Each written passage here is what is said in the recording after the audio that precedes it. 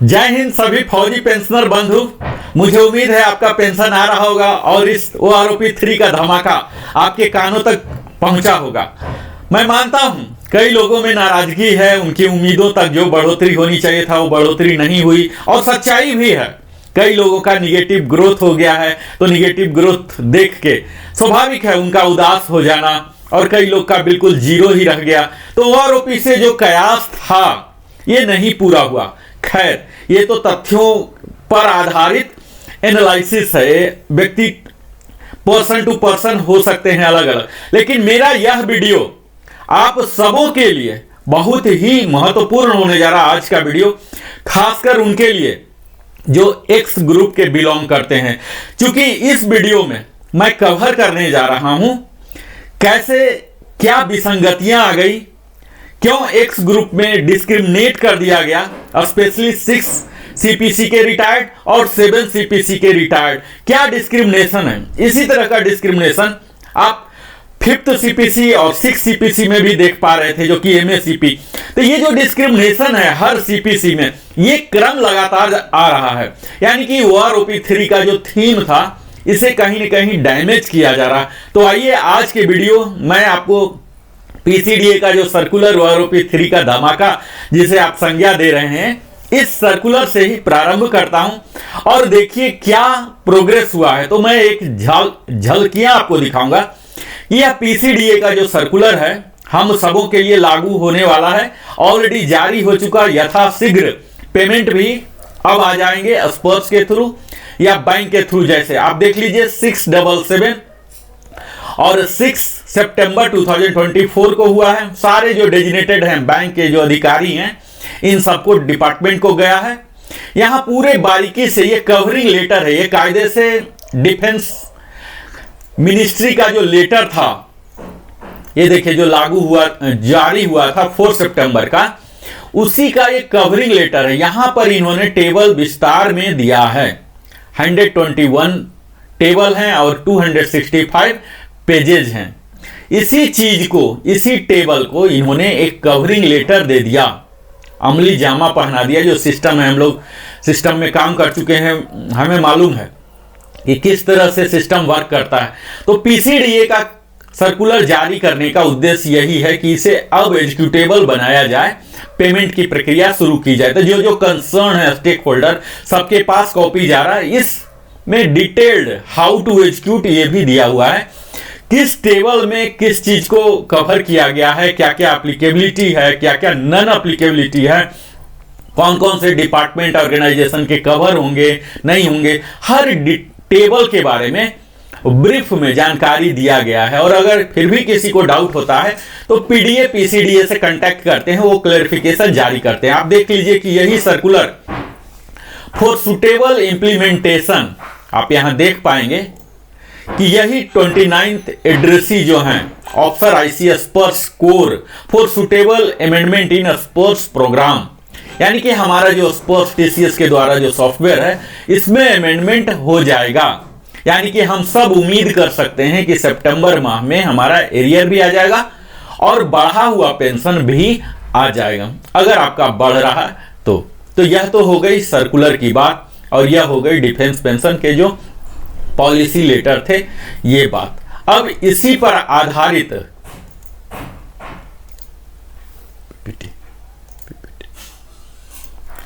हम देखेंगे कि अभी तक हमने इस मुद्दा पर क्या बात किया है। तो आइए आप हम PPT के जरिए हम आपको बताते हैं कि अभी तक हमने देखा कि क्या क्या प्रोग्रेस हुए हैं। टोटल OROP का हमने इतिहास का भी बात किया, और इस PPT में आप देखेंगे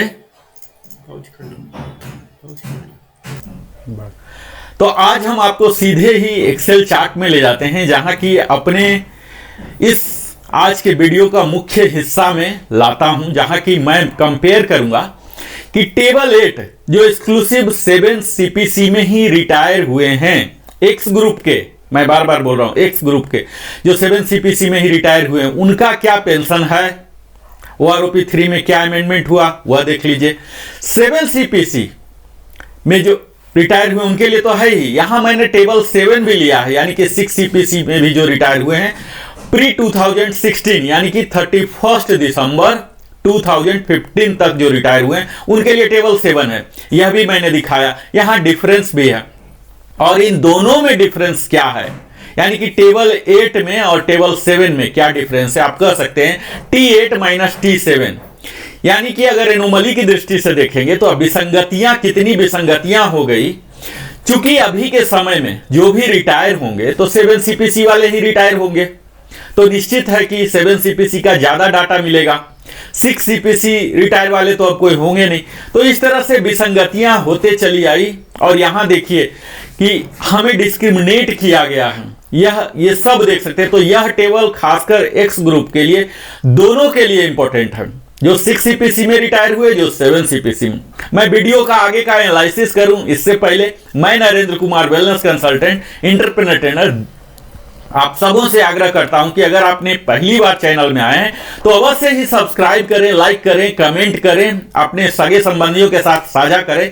इस वीडियो को बनाने में, रिसर्च करने में हमारी एडिटिंग टीम को काफी मेहनत लगता है, और वो आपके सब्सक्रिप्शन से, लाइक से हमारा हौसला अफजाई होता है। और ग्रो करने का भी जो YouTube का एल्गोरिथम है ये इसी तरह से है कि तभी मौका मिलेगा जब ज्यादा से ज्यादा सब्सक्राइबर होंगे, हमारा भी मनोबल बढ़ेगा। तो आप अवश्य सब्सक्राइब करें। आगे हम बताते हैं। यहां देखिए सिपाही एंड इक्विवेलेंट, जो कि हमारे आर्म्ड फोर्सेस के पहला रैंक होते हैं, यहां स्टार्टिंग है। यहां 6 महीने से लेकर 10 साल तक इस टेबल में आप देख पाएंगे। सबसे पहला आप टेबल नंबर 8 यानी कि 7 सीपीसी में रिटायर वाले को देख लीजिए। जो लेटेस्ट बेसिक है 16550 है, बढ़ोतरी हुई है। यहां क्या डिफरेंस है यह भी आप देख पा रहे हैं। यहां देखिए 1300 का डिफरेंस है। यहां टेबल 8 में आप देखेंगे कि हर कोई को यहां पॉजिटिव ग्रोथ मिला है। कितना बड़ा फिगर है यह देख लीजिए टेबल 8 में। वहीं टेबल 7 में देख लीजिए कि कितने छोटे छोटे ग्रोथ का फिगर है। यहां तक कि 0 भी है और 1 रुपीज भी है और माइनस भी है।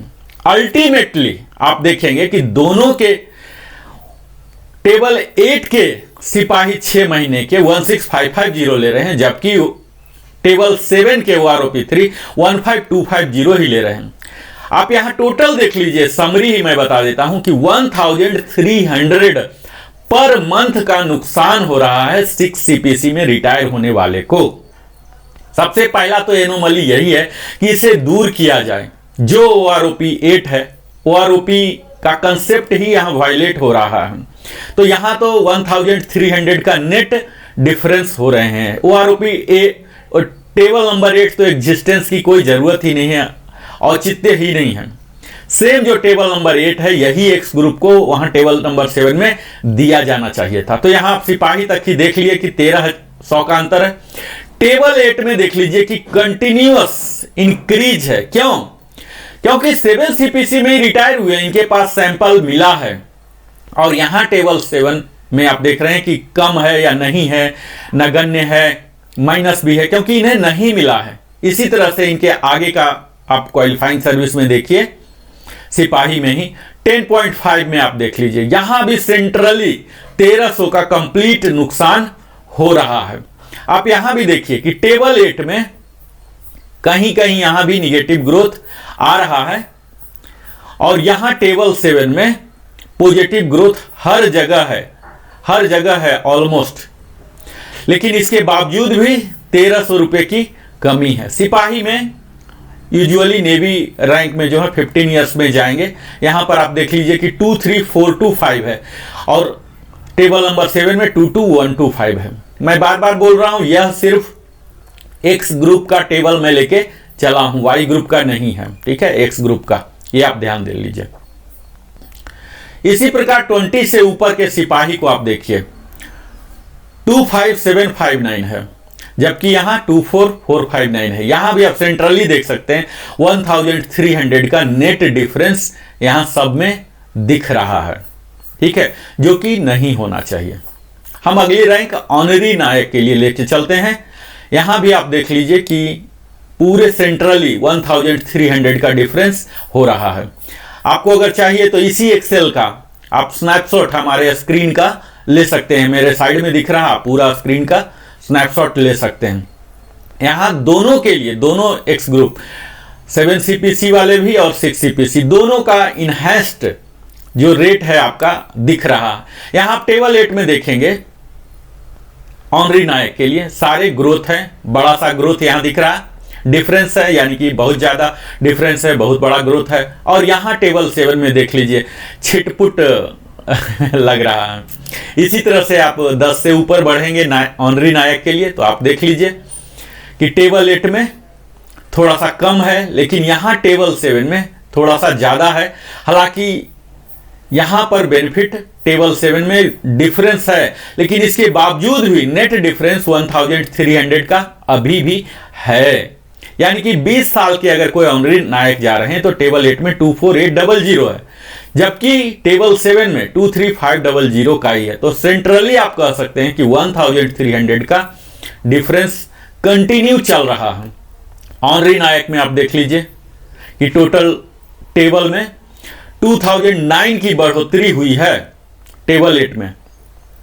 यहां देख लीजिए बढ़ोतरी तो 2890 दिखने में तो उससे बड़ा बढ़ोतरी दिख रहा है, लेकिन तब भी 1300 का डिफरेंस है ही एक्स ग्रुप के लिए। अगला रैंक है नायक एंड इक्विवेलेंट, जो कि नायक में काफी लोग जाते हैं 15 साल में, तो यहाँ 10 साल वाले कम ही होंगे, medical board out invalidate out वाले होंगे। तो यहाँ टेबल 8 में देखिए कि काफी अच्छा इजाफा है कम क्वालिफाइंग वाले के अभी, लेकिन टेबल 7 में बहुत ही कम है या निगेटिव है।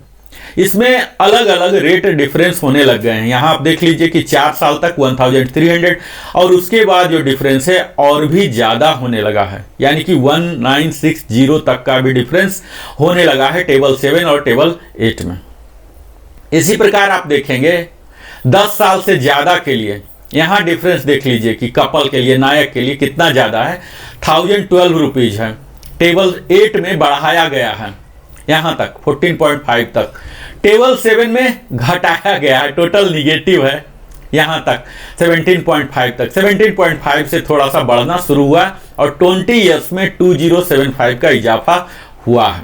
और यहाँ पर आप देख पा रहे हैं कि दोनों का डिफरेंस सेम हो रहा है, यानी कि 17.5 में जाके इक्वल हो रहे हैं, टेबल 8 के बराबर हो रहे हैं, क्योंकि यहां पर से इनके जाने वाले ज्यादा हैं और इनको पूरा डाटा मिला है। अब ये सब देख लीजिए विसंगतियां का ही एक आज नायाब नमूना आप कह सकते हैं कि ये किस तरह से फनेल बने हैं। यहाँ इतने ज़्यादा हो रहे हैं और ज़्यादा क्वालिफाइंग सर्विस में गए हैं तो कुछ भी डिफरेंस नहीं, यानी कि यहाँ टेबल 8 वाले को भी मिलना था वो नहीं मिला, यहाँ पूरा निगेटिव रहा। तो ये सब विसंगतियाँ की आप पराकाष्ठा कह सकते हैं, इस प्रकार से किया गया है।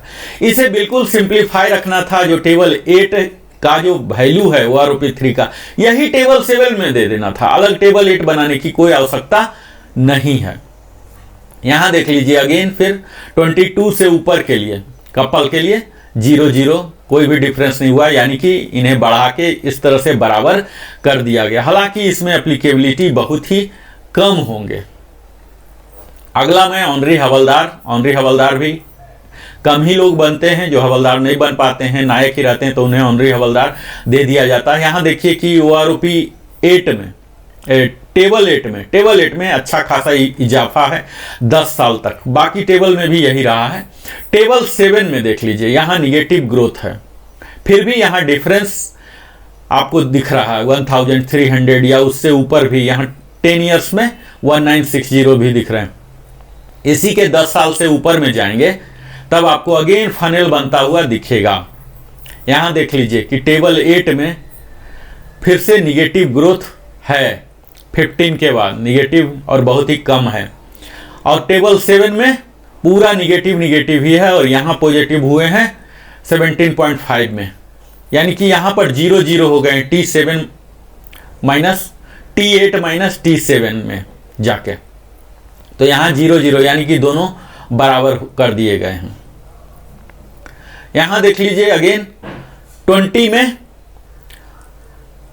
टेबल में पूरे टेबल 8 में ऑनरी हवलदार के 20 प्लस जो कि जाते हैं, यहाँ पॉजिटिव ग्रोथ दिख रहा है, अच्छा खासा फिगर दिख रहा है। टेबल 7 में भी काफी अच्छा खासा दिख रहा।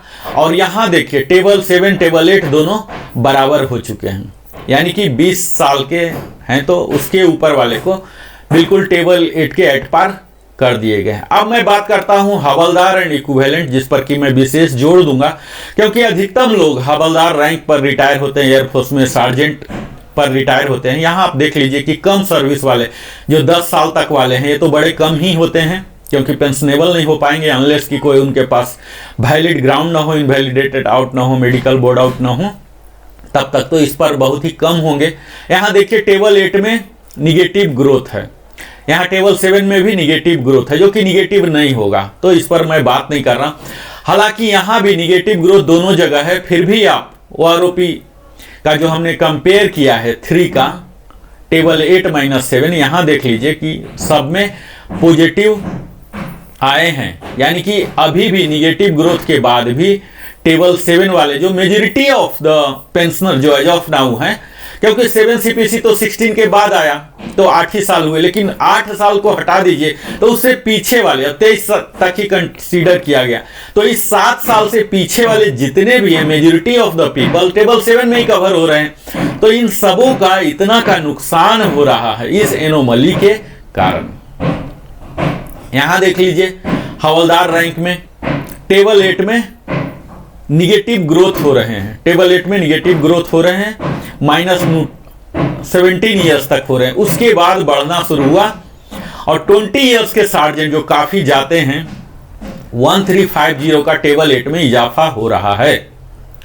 यहां टेबल 7 में भी देखिए कि निगेटिव ग्रोथ चल रहा है और 17 के बाद ठीक वही ट्रेंड्स यहां भी है, 17 के बाद यानी कि 17.5 के बाद पॉजिटिव ग्रोथ स्टार्ट हुआ है और दिखने में आपको लगेंगे कि 20 इयर्स के सार्जेंट जो एक्स ग्रुप के हैं 2525 का इजाफा हुआ है, लेकिन अभी भी उन्हें 1375 कम मिलेगा 7 CPC में जो रिटायर हुए हैं।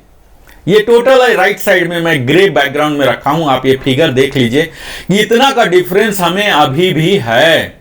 ठीक है, मैं पूरे एक्सप्लेन नहीं कर रहा हूं, सिर्फ लास्ट फिगर को कर दे रहा हूं कि 20 इयर्स में आपका पेंशन अभी 2760 है, मेजॉरिटी ऑफ द पीपल जो 6 CPC तक रिटायर हुए हैं, लेकिन यही 7 CPC वाले को 28635 मिलेगा, जो कि 1375 का डिफरेंस है। 2525 के बाद भी हम सबों को प्रयास करना है कि और कैसे 1375 लिया जाए।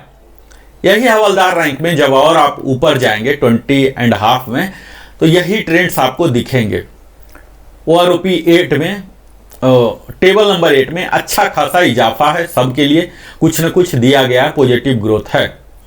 यही टेबल 7 में भी पॉजिटिव ग्रोथ है, लगभग सेम 1675, लेकिन इन दोनों के बावजूद भी यहां देखिए कि टेबल 8-7 में डिफरेंस है। कायदे से ये डिफरेंस नहीं होना चाहिए, यही आदर्श रूप होना चाहिए।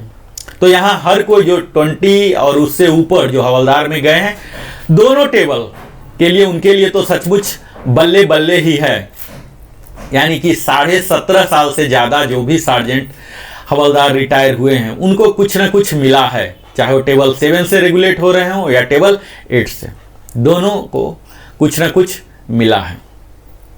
यहां देख लीजिए, अब यहां एक केस का स्टडी कर लीजिए कि 19.5 में गए हैं तो इनका 2050 आ रहा। क्यों? क्योंकि जो एवरेज मैट्रिक्स जो भी इस ब्रैकेट में रिटायर हुए होंगे तो निश्चित है बहुत जल्दी, ये जैसे एयरफोर्स की अगर बात करूं तो जल्दी LAC डायरेक्ट LAC बन गए होंगे, फिर कपल 5 साल में बनते हैं तो 5 साल में बने, फिर तुरंत सार्जेंट बने होंगे। तो सार्जेंट एज ए सार्जेंट 8-9 साल रहे होंगे, या स्पोर्ट्स कोटे के होंगे तो 10 साल 11 साल भी रहे होंगे, और प्री मैच्योरली रिटायर हो गए, तो काफी हाइयर स्केल में इनको सैंपल मिला है। उसका एवरेज इन्होंने 2023 का लिया और इस वजह से यहां देखिए कि इतना बड़ा उछाल है, 2050 का डिफरेंस आ जा रहा है। ठीक है, इसी कारण से तो इस तरह के जो एक आदमी के कारण पूरा चेंज हो गया। यहाँ 20.5 में देख लीजिए कि कोई गए हैं अगर तो 1050 यानी कि उस लास्ट रैंक को अधिक दिन तक होल्ड किए हैं। इनका बेसिक मूल वेतन जो था, मूल वेतन ही बहुत ज्यादा था, तो ज़्यादा पर इनका फिक्सेशन हुआ, ज़्यादा वाला यहाँ मिला, तो 20.5 में ऐसा मिला, लेकिन 21 में फिर से एवरेज के वैल्यू आ गया। तो काफ़ी यहाँ डिफरेंस आप देख पा रहे होंगे। हालांकि ये खुशखबरी ही है, आप कह सकते हैं कि बल्ले बल्ले जो ट्रेंडिंग लैंग्वेज है, आप कह सकते हैं कि बल्ले बल्ले ही हुए हैं हवलदार रैंक के। और जो भी है हमें खुश होते हुए, संतोष रखते हुए आगे की लीगल रिकोर्स जो हम बात करेंगे, किस तरह से इसे मोबिलाइज किया जाए, किस तरह से इसे आगे बढ़ा जाए, ताकि हम टेबल 8 के लिए प्रयास करें। जो एनोमली है टेबल 8 होना ही नहीं चाहिए, टेबल 8 का डाटा टेबल 7 में एक्स ग्रुप के लिए होना चाहिए। तो ये है, यहाँ आप देख लीजिए कि 28 साल तक टेबल 8 में भी पूरे दिए गए हैं, टेबल 7 में भी दिए गए हैं, लेकिन अभी भी डिफरेंस हैं। इसी तरह से ऑनरी नायब सूबेदार एंड इक्विवेलेंट में देख लीजिए, जो सूबेदार नहीं बन पाते तो 10 साल तक निगेटिव ग्रोथ है, क्योंकि इनको मिला नहीं है। लेकिन निगेटिव ग्रोथ दोनों साइड होने के बावजूद भी यहाँ टेबल 8-7 में डिफरेंस अच्छा खासा 1000 से ऊपर का ही दिख रहा है। ऑनरी नायब सूबेदार में ही हम 10 से ऊपर जाते हैं, तो यहाँ भी देखिए निगेटिव ग्रोथ हो रहा है। निगेटिव ग्रोथ 17 ईयर्स तक हो रहा है, क्योंकि इनको सैंपल नहीं मिला। इसे बहुत कम होंगे जो ऑनरी नायब सूबेदार 17 तक बन जाएं। उसके बाद जो बन गए हैं और गए हैं तो 17.5 से मिलना शुरू हुआ है। और यही चीज, यही ट्रेंड्स दोनों साइड है। टेबल 7 में भी यही चीज है, बढ़ना शुरू हुआ है 17.5 में। तो 17.5 के बाद ही जाएंगे, तो यहाँ जब से जाने की आयु होती है तब से उनको बढ़ोतरी हो रहा है। लेकिन यहाँ जो फाइनल लाइन है मेरा आज का टेबल जो दिखाने का है, टेबल 8-7, यहाँ आप देख पा रहे होंगे T7-8 एक एरर है, टाइपिंग एरर। ये कायदे से T8-T7 है, ठीक है। आप यहाँ देख लीजिए कि कितना ज़्यादा डिफरेंस हो रहा है। तो हमने अभी तक देखा कि किस प्रकार एनोमली है। ऑनरी नायब सूबेदार में आप देखिए, जो कि हमने आपको बताया है 6 महीना में पूरा निगेटिव ग्रोथ है, 6 महीने से 10 तक में, और 10.5 से फिर 17 तक करीब निगेटिव है दोनों टेबल में। निगेटिव के बावजूद भी यहाँ जो OROP का 3 का T8-T7 है, ये काफ़ी अच्छा 4 डिजिट में है, ठीक है। 17.5 के बाद यह काफ़ी अच्छा फिगर दिख रहा है। ऑनरी नायब सूबेदार जो भी बहुत ही कम रिटायर होते हैं, मैक्सिमम या तो हवलदार में चले जाएंगे, लेकिन जो बन पा रहे हैं उनके लिए यह टेबल इंपॉर्टेंट है, खासकर एक्स ग्रुप का। मैं बार बार बोल रहा हूँ, यहाँ देखिए किस तरह से फनलिंग हुआ। 24.5 तक 238 की बढ़ोतरी हुई है, और 25 ईयर्स से दोनों टेबल बराबर हो गए, यानी कि 0-0 आ गए हैं, ये बराबर हो गए, ठीक है। अब आगे हम आर्टिफिशियल 3-1 जो नेवी के बहुत कम ही बनते हैं, नेवी के जो हैं ये आप देख लीजिए। यहाँ 10 साल तक सेम पैटर्न है, यहाँ भी 10 साल तक निगेटिव ग्रोथ है दोनों टेबल में। लेकिन निगेटिव के बावजूद भी यहाँ जो रिजल्टेंट है T8-T7 यहाँ 4 डिजिट में है। फिर से 10.5 के ऊपर आप अगर जाते हैं तो यहाँ देखिए यह टेबल पूरे एक्स ग्रुप के लिए डेडिकेटेड है। यहाँ आप देख लीजिए कि 17.5 के लिए 333 का ग्रोथ हो रहा, और यहाँ 942 का। लेकिन यहाँ देख लीजिए फाइनल डिफरेंस अभी भी 1793 का हो रहा है, इतनी बढ़ोतरी के बाद भी। तो यहाँ आप 18 ईयर्स में देखिए 608 है, और इस तरह से दोनों का डिफरेंस बढ़ता ही जा रहा है। अगले जो फाइनल हैं 20.5 से ऊपर वाले के लिए यहाँ भी अच्छा खासा डिफरेंस है अभी T8 और T7 में, ठीक है। अगला हम आते हैं नायब सूबेदार एंड इक्विवेलेंट, जो कि आर्मी में काफ़ी धुआंधार इस संख्या में इस रैंक में जाते हैं, JWO या CPO जाते हैं। यूजुअली 20 से ऊपर ही यह रैंक मिलता है, 20 के आसपास 18-17 से भी मिलना शुरू हो जाता है। तो 10 साल तक यहाँ देखिए निगेटिव ग्रोथ है, दोनों जगह निगेटिव ग्रोथ है, तो इसलिए मैं अपने एनालिसिस से बाहर रखता हूँ। लेकिन इसे एनालिसिस में इसलिए ले रहा हूँ, T8-T7 देख लीजिए कि कितना बड़ा वैल्यू है। तो जो भी मेडिकल बोर्ड आउट हैं उन लोगों को इतना का नुकसान आज हो रहा है, ये विसंगतियां टेबल 8 इंट्रोड्यूस करके। टेबल 8 इंट्रोड्यूस हुआ था OROP 2 से ही, तब से ही विसंगतियां का भरमार लगे जा रहा है। यहाँ देख लीजिए आगे जब हम बढ़ते हैं तो 10.5 से निगेटिव ग्रोथ है, 0 ग्रोथ है, और 20 तक ऑलमोस्ट 0 है या निगेटिव है। टेबल 8 में कोई बढ़ोतरी नहीं हुआ। टेबल 7 में भी लगभग यही चीज दिख रहा है, निगेटिव ग्रोथ है। लेकिन इस निगेटिव के बावजूद भी यहां देख रहे हैं कि 2 से 2500 एवरेज वैल्यू ले सकते हैं, 2500 का अंतर नायब सूबेदार का यहां हो रहा है। यानी कि JW ही एक 7 CPC में रिटायर हुए और एक 6 CPC में, 2-2000 का यहाँ 20 ईयर्स में। ये तो बहुत ही ज्यादा देख लीजिए आप अंतर। 20 ईयर्स में अगर कोई JW बन के रिटायर हुए हैं 7 CPC में, तो उनका मूल पेंशन 30725 होगा, जबकि 7 CPC में हुए 27260। ये बड़ा ही अद्भुत अजीब आपको लगेगा, 3465 का डिफरेंस हो रहे हैं। सिर्फ हो सकता है इस ब्रैकेट में 6 to 7 6 महीने का, साल भर का मिनिमम, ये भी हो सकता है। यानी कि 6 महीने बाद जो रिटायर हुए उन्हें इतना फायदा हुआ और 6 महीने पहले, तो फिर OROP का थीम ही पूरा धूमिल होता हुआ यहां दिख रहा है। यहां देखिए बिल्कुल ही नायाब तरीका है जो एक्स ग्रुप के लिए जो किया गया है। आप सोच सकते हैं कि कितना बड़ा एनोमली है, और जो भी नायब सूबेदार हैं इस टेबल को देख के आप समझ सकते हैं कि कितना बड़ा नुकसान हो रहा है एक्स ग्रुप के लिए। यहां पर 20 ईयर्स था, 20 से ऊपर जाके यूजुअली नायब सूबेदार JW CPO रिटायर होते हैं। तो यहां पर भी आप देखिए कि यहां इन्हें बढ़ोतरी नहीं मिला है, यहां बढ़ोतरी नहीं मिला था। इसके बावजूद 7 CPC में भी नहीं मिला और 6 CPC, दोनों में से किसी को नहीं मिला था, फिर भी डिफरेंस है। और यहां भी देखिए टेबल 8 में कोई बढ़ोतरी नहीं है, 0 है। टेबल 7 में बढ़ोतरी है, इतने 1775 का डिफरेंस है, लेकिन उसके बावजूद भी टेबल 8 से इतने ये पीछे हैं। अब यहां देख लीजिए कि 24 ईयर्स में 100 रुपीज इन्हें बढ़ा है टेबल 8 में, और टेबल 7 में जाके बढ़ा है 2950। यानी कि 24 ईयर्स में ये एट पार टेबल 8 के हो गए हैं। अब फिर ये कैसे हो गया? ये तो लक पर डिपेंड कर रहा है, या कैसा सैंपल मिला, क्या तरीका रहा है इस AI ने जो काम किया, डाटा एनालाइज किया, पूरे मैं कह सकता हूं पूरे का रेड मार्क रख दिया। इससे बेहतर होता कि हमारे जो पहले क्लर्क थे, इतने मोटे मोटे चश्मा पहन के काम करते थे, हाथ से लिखते थे, पेन से बनाते थे, वो ज्यादा बेहतर काम करते।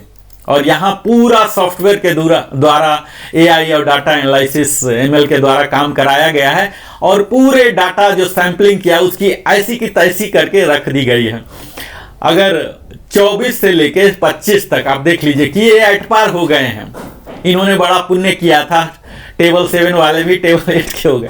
बाकी सब पुण्य की मात्रा थोड़ी कम की थी, उसकी तीव्रता कम रखी होगी, इसलिए शायद नहीं हुआ। क्या ये अजूबा आपको दिखेगा नायब सूबेदार के साथ। यहाँ देख लीजिए इतने का डिफरेंस हो रहे हैं। यहाँ ऊपर बढ़ने से 24 के बाद ये ऑलमोस्ट आप 24 और उसके ऊपर कह सकते हैं कि ये एट पार टेबल 8 हो चुके हैं। इसी में हम सूबेदार एंड इक्विवेलेंट की बात कर रहे हैं।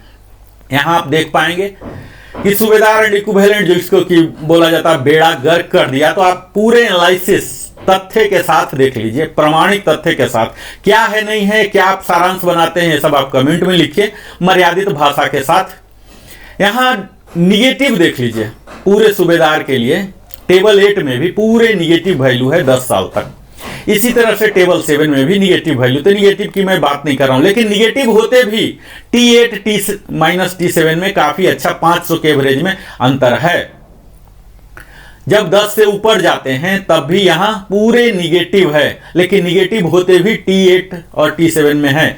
तो आप अगर सूबेदार रैंक से रिटायर हुए हैं, चाहे टेबल 8 के द्वारा रेगुलेट हो रहे हैं या टेबल 7, तो इस स्लाइड का स्नैप ले सकते हैं ताकि आप एग्जैक्टली अपने क्वालिफाइंग सर्विस में क्या आपको मिलना है यह देख सकते हैं। मैं बार बार क्वालिफाइंग सर्विस का राउंडिंग ऑफ कैसे करते हैं ये भी बताते रहा हूं। 10.5 में वो फॉल होंगे जो 10 ईयर्स 3 मंथ्स और 1 दिन से भी ज्यादा काम किया, और 10 ईयर्स 9 मंथ्स तक काम किया, वो इस ब्रैकेट में आएंगे। यही फिलॉसफी बाकी सब में चलता है। 20 ईयर्स तक बहुत कम ही होंगे जो सूबेदार बन गए, वारंट ऑफिसर बन गए, चीफ आर्टिफिसर बन गए, चीफ मेक बन गए और बाहर चले गए, इसमें कम ही होगा। लेकिन जो भी हैं उनका काफी अच्छा यहाँ डिफरेंस दिख रहा है। 20 के ऊपर जो सूबेदार में है, यहाँ देखिए टेबल 8 में 25.5 तक में या तो निगेटिव है या 0 है। 26 ऑनवर्ड्स बढ़ोतरी हुआ है टेबल 8 में, और टेबल 7 में 20 के बाद ही बढ़ोतरी होना शुरू हुआ। तो सूबेदार बनने में कम से कम 24 से प्लस ही जाएंगे अगर कोई एक्सेप्शनल नहीं है। तो यहां सूबेदार रैंक में देख लीजिए कि टेबल 7 में लगभग निगेटिव है, 250 है, 475, यही 2-3 पॉजिटिव वैल्यू हैं, बाकी सब निगेटिव है। टेबल 8 में हालांकि कुछ मिल रहा है 26 के बाद, लेकिन सबसे जो ध्यान देने वाली बात है T8 माइनस T7 में यहां अच्छा खासा अंतर है। इसी तरह से आगे जब बढ़ेंगे सूबेदार मेजर में, जो कि हाईएस्ट रैंक होते हैं, यहां आप देख लीजिए 6 महीने से लेकर 10 साल तक पूरे निगेटिव ग्रोथ है दोनों साइड।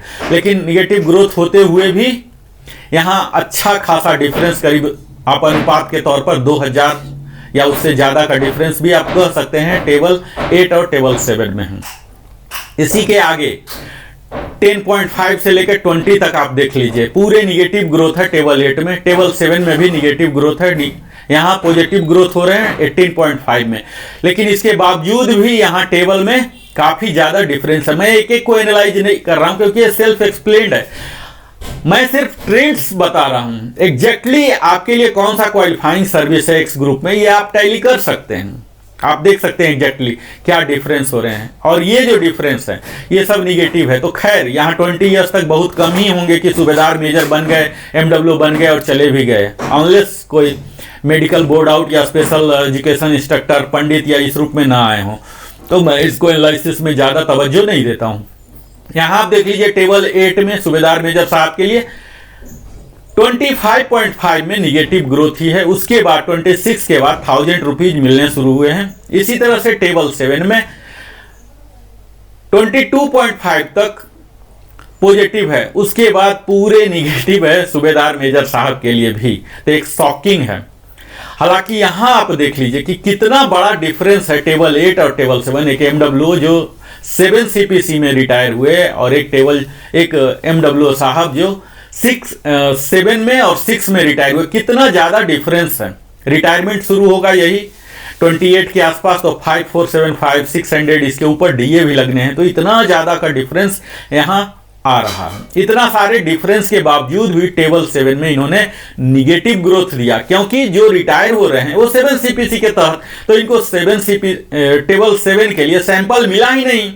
लोअर रैंक वाले मिले, जो क्रीम वाले थे, जो हायर रैंक में ज्यादा समय तक रहे, वो सब 7 CPC से ही रिटायर हुए, तो टेबल 8 में आ गए। तो टेबल 6 में अब कहां मिले, टेबल 7 में कहां मिलेगा। इसलिए ये सब कमियां हुआ है। इसी तरह से आप आगे देखेंगे जो फाइनल हमारा टेबल है सूबेदार मेजर का, MW का, यहां टेबल 8 में पॉजिटिव ग्रोथ है 1000 रुपीज कम से कम। और यहां तो 33 एंड एबव के लिए 6375 तक का डिफरेंस है, 46300 कर दिया गया है, जो कि HF बाउंड्री रैंक के बराबर ही कर दिया गया। टेबल 7 में इन्हें डिफ्रेंशिएट किया गया। अब देख लीजिए कि जो भी MW साहब रिटायर हुए हैं 32 और उससे ऊपर 7 CPC के बाद, तो HFO के बराबर मान लिए गए हैं। जबकि वही जो 6 CPC में रिटायर किए गए हैं तो 42650, यहां देख लीजिए कि 3650, और यहां एट पार हो गए हैं 7 CPC में 31 से लेकर 32 तक एट पार हो गए, 00 है। तो ये तो हमारी राम कहानी, यही सूबेदार मेजर का जो है यही ACP A ACP B है। अगर आप इसमें फॉल होते हैं तो आप इसका स्लाइड ले लीजिए, ये देख लीजिए। तो यहां आज मैंने सारे रैंक का कवर किया, जिसमें कि मूलतः मैं यह दिखाने का प्रयास किया कि किस प्रकार टेबल 8 को अलग बनाकर कितने डिस्क्रिमिनेट किया गया है। यह एक नायाब तरीका है डिस्क्रिमिनेट करने का, जो अंग्रेजों की पॉलिसी होती थी डिवाइड एंड रूल। तो यहां एमंग एक्स ग्रुप भी आप देख पा रहे हैं कि 2 तरह का बंटवारा कर दिया गया कि आप 6 CPC में रिटायर हुए या 7 CPC में। जबकि OROP का मतलब ही यही है कि जो कभी भी कहीं भी रिटायर हुए किसी साल, उन सबका पेंशन समान होना चाहिए। लेकिन यहां पेंशन समान नहीं हो रहा। और जहां तक कि डिप्लोमा स्ट्रीम, तो हर कोई सेम ट्रेनिंग किया, उतना ही पीरियड के लिए किया, फिर ये डिफरेंस क्यों। तो ये सब चीज हमें आगे देखना है। हमने विशेष जोड़ दिया नायब सूबेदार के लिए और हवलदार के लिए, क्योंकि इसमें ज्यादा लोग रिटायर होते हैं। मैं ज्यादा समय दिया।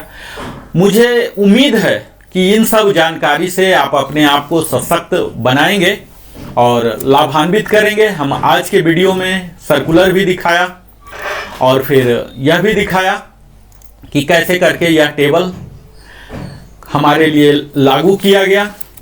बहुत बहुत धन्यवाद, आप हमारे साथ निरंतर बने रहते हैं इसके लिए। और अगर अभी तक आपने हमारे चैनल को सब्सक्राइब नहीं किया है तो अवश्य ही सब्सक्राइब करें, लाइक करें, कमेंट करें। मैं फिर से और भी नए नए वीडियो के साथ आपके समक्ष आऊँगा और नई नई जानकारी दूंगा। तब तक बहुत बहुत धन्यवाद हमारे साथ अपने जीवन का बहुमूल्य समय देने के लिए। फिर से मिलता हूँ। जय हिंद, वंदे मातरम।